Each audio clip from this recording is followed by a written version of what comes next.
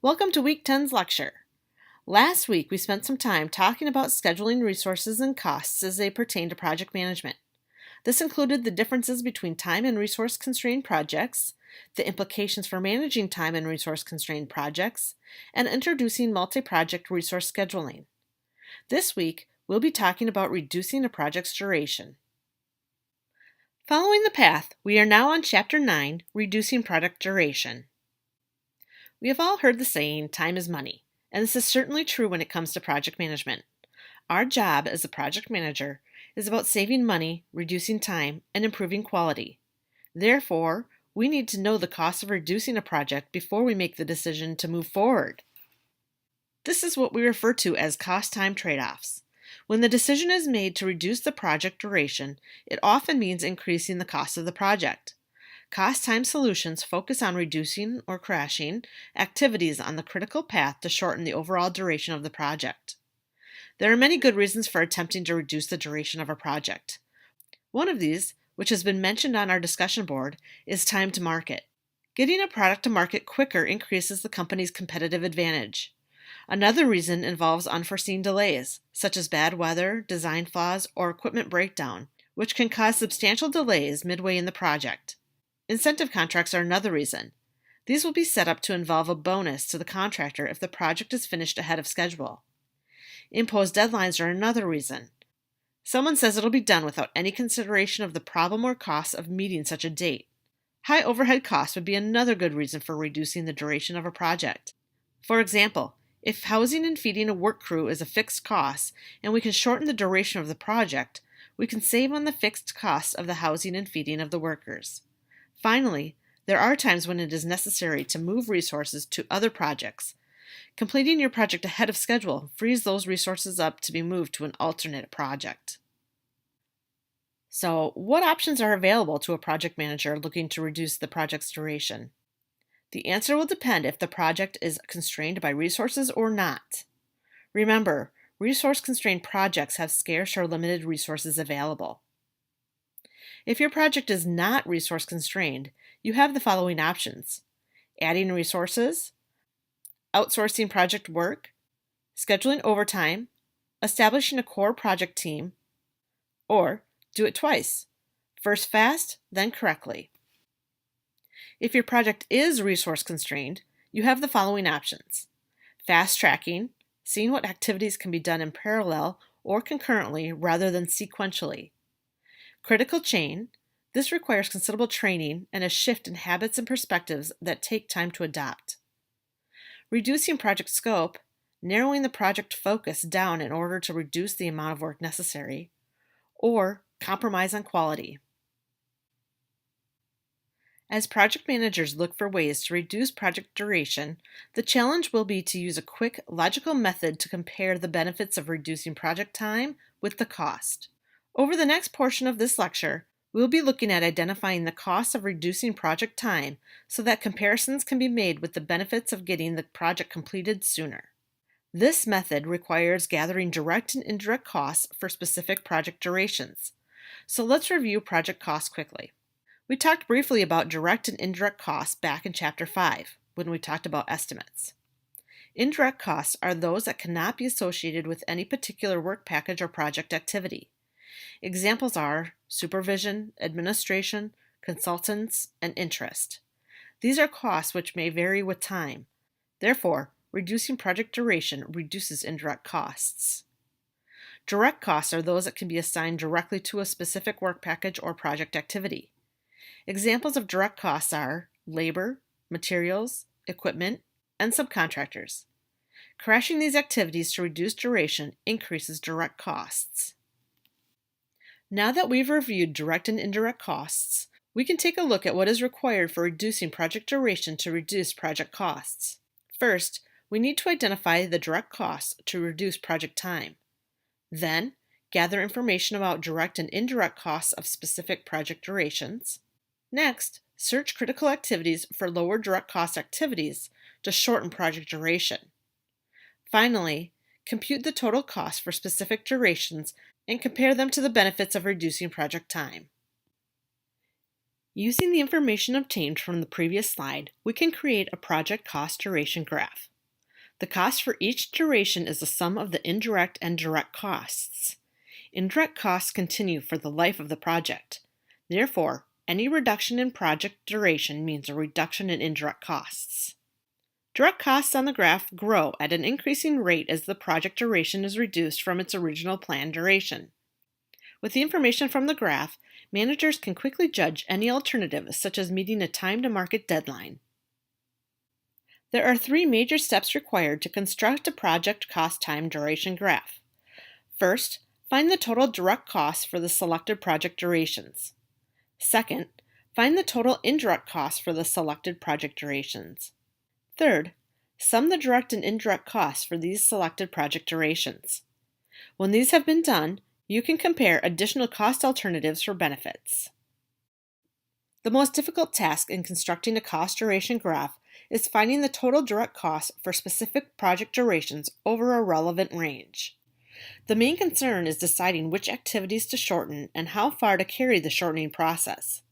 Basically, you, as a project manager, need to look for critical activities that can be shortened with the smallest increase in cost per unit of time. We'll be looking at the graph on the next slide. The assumptions underlying the use of this type of graph are as follows. 1. The cost-time relationship is linear. 2. Normal time assumes low-cost, efficient methods to complete the activity. 3. Crash time represents a limit, the greatest time reduction possible under realistic conditions. 4. Slope represents cost per unit of time. And 5. All accelerations must occur within the normal and crash times. Here's the graph we were just discussing, with activity costs on the y-axis and activity duration on the x-axis. We just talked about how the project manager needs to use the slope of activities in order to compare which critical activities to shorten. The less steep the cost slope of an activity, the less it costs to shorten one time period. A steeper slope means it will cost more to shorten one time unit. The cost per unit of time is determined using slope. As an algebra reminder, slope equals rise over run. In this case, slope is the difference of crash cost minus normal costs over the difference between normal time minus crash time. The crash cost here is $800 and the normal cost is $400. Normal time is 10 and crash time is 5. That gives us $400 over 5 or $80 per unit of time. Now that we know how to find the slope of the activities, let's take a look at this example which has the slope for each activity determined for you. This information was obtained using the costs and durations you see on the right-hand side. This illustration has the slope for each activity displayed. If you recall, we are looking for the activity with the smallest cost slope, as it is a candidate for cost reduction. In this example, that activity would be A, with the smallest cost slope of $20. This project network provides the activity ID along with its duration under it. The total direct cost listed on this slide comes from the total of the direct costs listed on the previous slide. To determine the total time along the critical path, we'd add the duration for the critical path activities. In this example, these would be activities A, D, F, and G. So, to figure this out, we would add 3 plus 11 plus 5 plus 6, which equals 25. The time for this project is 25 time units. Looking at the illustration on the top left, here's what would happen if we crashed activity A. In doing this, we reduce the time by 1 time unit, which is the maximum crash time. See previous slide. This changes activity A's duration from 3 to 2. However, in doing this, it increases the direct cost by $20, changing the direct cost from $450 to $470. We can do the same with activity D as it has the next smallest cost slope. We reduce the time by 1, but add $25 to the direct cost per the cost slope for activity D. The new direct cost is now $495. As you can see, changing the duration time of activity D has created an additional critical path for the activity A, C, F, and G. Continuing on, the next smallest cost slope activity is F. The cost slope here is $30.